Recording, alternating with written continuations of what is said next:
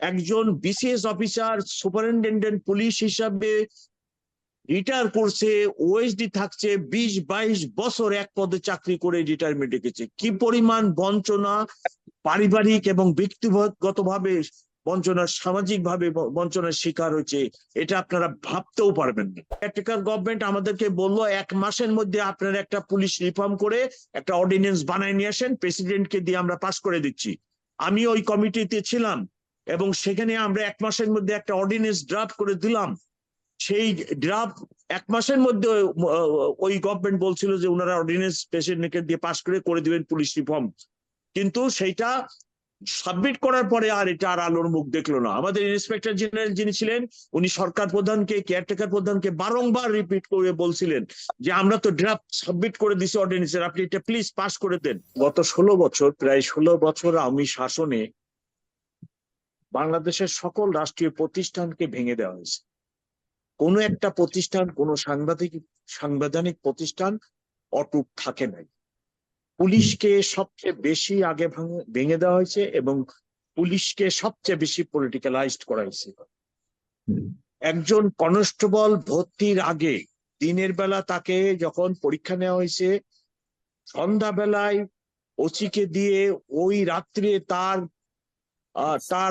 পিতা মাতা আত্মীয় স্বজন, তার গোষ্ঠীর ভিতরে কোন লোক বিএনপি জামাত আছে কিনা খোঁজ নিয়ে, সে যদি কোন রকম আত্মীয় থাকে বিএনপি জামাতে কানেকশন থাকে, তাহলে তাকে চাকরি দেওয়া হয়নি, পরদিন সকালে তাকে বাদ দিয়ে দেওয়া হয়েছে।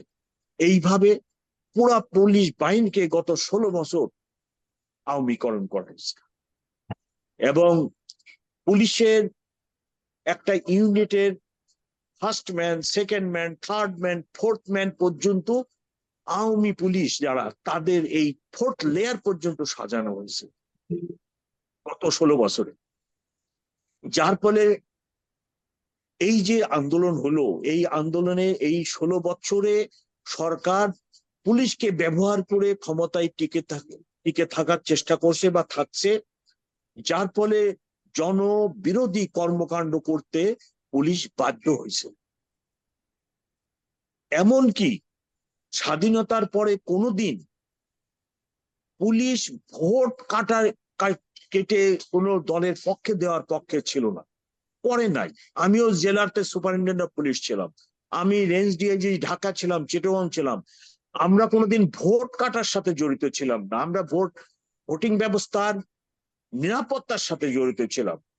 কিন্তু গত আওয়ামী লীগ সরকার পুলিশকে ব্যবহার করে দিনের ভোট পুলিশকে দিয়ে রাত্রে কাটালো, যার ফলে জনগণের মধ্যে ব্যাপক ক্ষোভের সৃষ্টি হলো পুলিশের বিরুদ্ধে।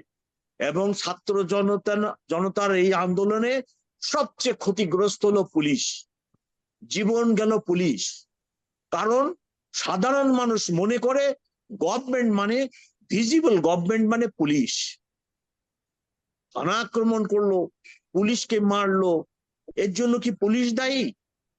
আমি পুলিশের বাহিনীর একজন সদস্য, আমার হৃদয়ে অনেক রক্তক্ষরণ আছে যে আমার লোকদের এইভাবে জীবন গেল। তো এই জন্য পুলিশ যাদের জীবন নিল সে ব্যাপারে আপনার অবস্থান? পুলিশ তো মানে এই আন্দোলনে তো সবচেয়ে বেশি ক্ষতিগ্রস্ত হয়েছে পুলিশ, আবার পুলিশ দ্বারা ক্ষতিগ্রস্ত হয়েছে জনতা, ছাত্র জনতা সবচেয়ে বেশি। বাংলাদেশ কেন, সারা পৃথিবীর কোন ইতিহাসে এই 7-8 দিনের আন্দোলনে জনসাধারণের হাজারো প্রাণ কোথাও গেছে কিনা এবং নৃশংসভাবে গেছে কিনা জানি না। আমি সেটা স্বীকার করে নিচ্ছি, সবচেয়ে বেশি দায়ী জনগণের কাছে আমি ক্ষমা চেয়ে নিচ্ছি। সব পুলিশ দায়ী সেটাও বলবো না, কিন্তু পুলিশই করেছে, এটা তো দৃশ্যমান। কিন্তু আমি একটা কথা বলছি যে ভিজিবল গভর্নমেন্ট কে, রাস্তায় গভর্নমেন্ট তো পুলিশের সিপাই। আপনাকে ট্রাফিক ব্যবস্থায় পুলিশের সিপাহীর কথায় আপনাকে গাড়ি ছেড়ে দিচ্ছে, গ্রিন বাড়ি চলতেছে। ভিজিবল গভর্নমেন্ট তো পুলিশ। যত সরকারের উপরে যত ক্ষোভ, রাগ, বিরাগ সব তো পুলিশের উপরে জনগণ ইয়ে করলো এবং সরকার পুলিশকে ব্যবহার করে ক্ষমতায় টিকে থাকার জন্য সবকিছু করলো এবং জনগণ আর সরকারকে মুখোমুখি দাঁড় করায় ফেললো, যার ফলে তো জনগণ ক্ষতিগ্রস্ত হলো, পুলিশও ক্ষতিগ্রস্ত। পুলিশও কি মনে করেন কিনা যে সরকারের কথায় যেভাবে জনগণের মুখোমুখি দাঁড়িয়েছে, সে কি দায়িত্বশীলতার পরিচয় দিয়েছে? পুলিশ কি মনে করেন সঠিক পুলিশিং করেছে? তারা কি পুলিশ বলবেন আপনি, নাকি তাদেরকে সরাসরি হত্যাকারী অপরাধী বলবেন? মেজর সাহেব একটা কথা বারে বারে বলছে যে হুম, গোয়েন্দা প্রধানরা যে রিপোর্ট দেয় এই রিপোর্ট গুলো সবই সরকারের পক্ষে দেয়। তার একটি প্রধান কারণ, গোয়েন্দা প্রধান তার প্রমোশন, তার চাকরির জন্য সরকারকে খুশি করার জন্য বাস্তব চিত্রের রিপোর্ট না দিয়ে উনি একটা নিজে বানায় রিপোর্ট দেয়, যাতে সরকার প্রধান কোনো কারণে অখুশি না হয়। রাইট। গোয়েন্দা প্রধানরা যদি এই কাজ করতে পারে, তা আমার পুলিশের নিম্নপদস্থ কর্মকর্তা চাকরি রক্ষার জন্য সরকার যা বলবে তার বাইরে যাওয়ার কোনো সুযোগ আছে কিনা আপনি বলেন।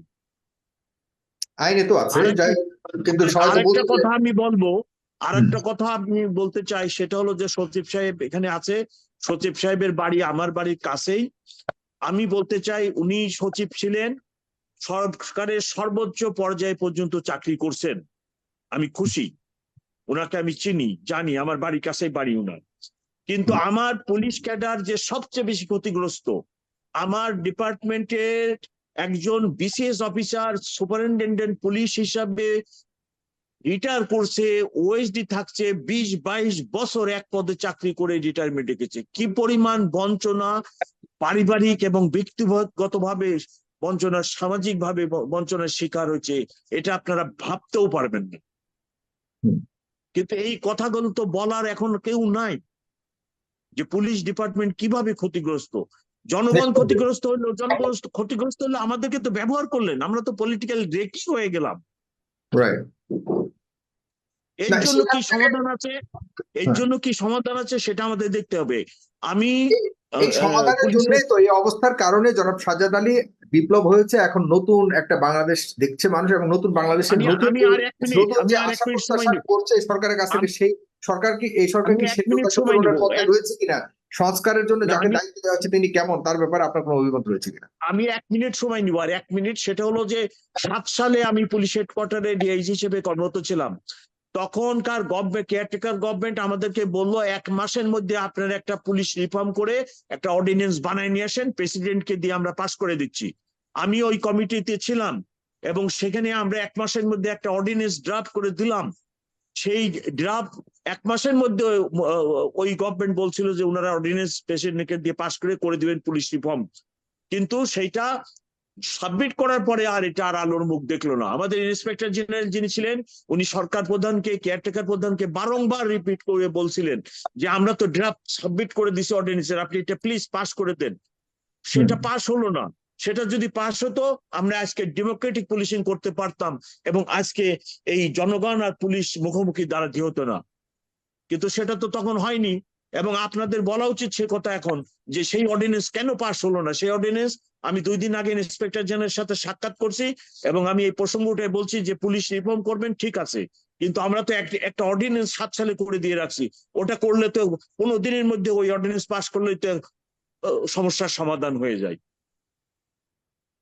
জি, এখন সেই অর্ডিন্যান্স পাস করবার এখন তো সময় এসেছে, যদি সেটা জনবান্ধব হয়, যদি সেটা পুলিশ বান্ধব হয়, ডেফিনেটলি এটা নিয়ে আপনারা কথা বলবেন। কিন্তু সেই অ্যাক্সেস আপনারা পাবেন বলে মনে করেন কিনা? পাশাপাশি নতুন যে সংস্কারের কথা বলা হয়েছে, এটিকে আপনি কিভাবে দেখেন? এটি কি আপনি খুব ভালো এখন একটা আপনি আপনি কমিশন গুলো দেখেন, সবগুলো কমিশন স্ব সার্ভিসের লোকেরা প্রধান হয়েছেন, কিন্তু আমার পুলিশ কমিশনের প্রধান হচ্ছেন আরেক সার্ভিসের। তাহলে আমি সারা জীবন 34 বছর পুলিশের সাথে সংশ্লিষ্ট থাকলাম, আমি পুলিশকে বেশি চিনি না অন্য ক্যাডারের একজন লোক পুলিশকে বেশি চিনি? এই প্রশ্নের জবাব আপনি দেন। তার মানে আপনি এই ডেপুটেশনটাকে আপনি মনে করেন না যে এটা ভায়াবল হয়েছে, অথবা আহ, না, আপনি আমার প্রশ্ন, আপনারা যারা এখানে আছেন, যে 6টা কমিটির মধ্যে সার্ভিসের লোকেরা হেড, আর আমার পুলিশ রিফর্ম হবে এটার হেড হচ্ছেন অন্য একটা সার্ভিসের লোকে। How far it is acceptable? এবং উনি পুলিশ সম্পর্কে কতটুকু জানবেন? আমি পুলিশে জীবন কাটাই, আমি যতটুকু জানি, উনি কি আমার চেয়ে বেশি জানার কোনো সুযোগ আছে কিনা? Very true. তার মানে অন্যদের যে আমরা সরফরাজ সাহেব তাহলে পুলিশের কেউ নন, আর বাকি যারা আছে তারা সবাই যেমন উনি মইদুল তো আলম। Administrative ক্যাডারের, right. উনি তো আমার ক্যাডারের লোক নয়। আর অন্য যারা হয়েছে আপনার কমিশনের প্রধান, তারা সবাই স্ব জায়গার আগে থেকে অভিজ্ঞ একই সেক্টরে, সুতরাং তাদেরটা ঠিক আছে। পুলিশের ব্যাপারে আবারও মনে করেন যে ভুল একটা পদায়ন করা হয়েছে বলে মনে করেন, বা ভুল একটা দায়িত্ব দেওয়া হয়েছে ভুল মানুষকে। ও তিনি হয়তো আমার অনুরোধ থাকবে সদস্য সরকারের কাছে, পুলিশ রিফর্মের জন্য পুলিশের যারা আছেন, যাদের দীর্ঘ 35 ইয়ার্স অভিজ্ঞতা আছে, উনাদেরকে প্রধান করে পুলিশ কমিশনটা করা হোক। আমি এই কথা বলে বিদায় নিতে আপনার চাচ্ছি। শেষ একটা লাইন আমি বলতে ভুলে গেছি, সেটা হলো যে এক্সটেনশনটা কি মনে করেন কিনা কি উচিত এই মুহূর্তে? কোন এক্সটেনশন? মানে পুলিশের যারা হয়তো, যেটা জনাব মেজর রেজাউল করিম বলার চেষ্টা করেছেন, যে যারা এই মুহূর্তে অবসর যাওয়ার কথা ছিল, আগের সরকার সময়ে সুবিধা নিয়েছে বিভিন্ন কারণে, এখন আবার তাদেরকে এক্সটেনশন করে তাদেরকে চাকরিতে বহাল রাখার কোনো প্রয়োজন বলে আছে বলে মনে করেন কিনা, নাকি যারা বঞ্চিত হয়েছে তাদেরকে সুযোগ দেওয়া উচিত? আমি আমার ব্যক্তিগত উদাহরণটা দিই। আমি 84-এ বিসিএস পরীক্ষা দিয়ে সাকসেসফুলি পাস করে 86-এ জয়েন করলাম। আমার total length of service 35 years. আমি মাত্র 22 ইয়ার্স চাকরি করে আমাকে বিদায় করে দেওয়া হলো। একইভাবে দেখেন অন্য একটি ক্যাডারে দীর্ঘদিন যারা বঞ্চিত ছিল তাদেরকে অ্যাপয়েন্টমেন্ট দেওয়া হচ্ছে, কিন্তু আমার পুলিশ ক্যাডারে যে এই যে একটা লোক বঞ্চিত ছিল 20-22 বছর, আমার মতো আমার সহকর্মীরাও ছিল।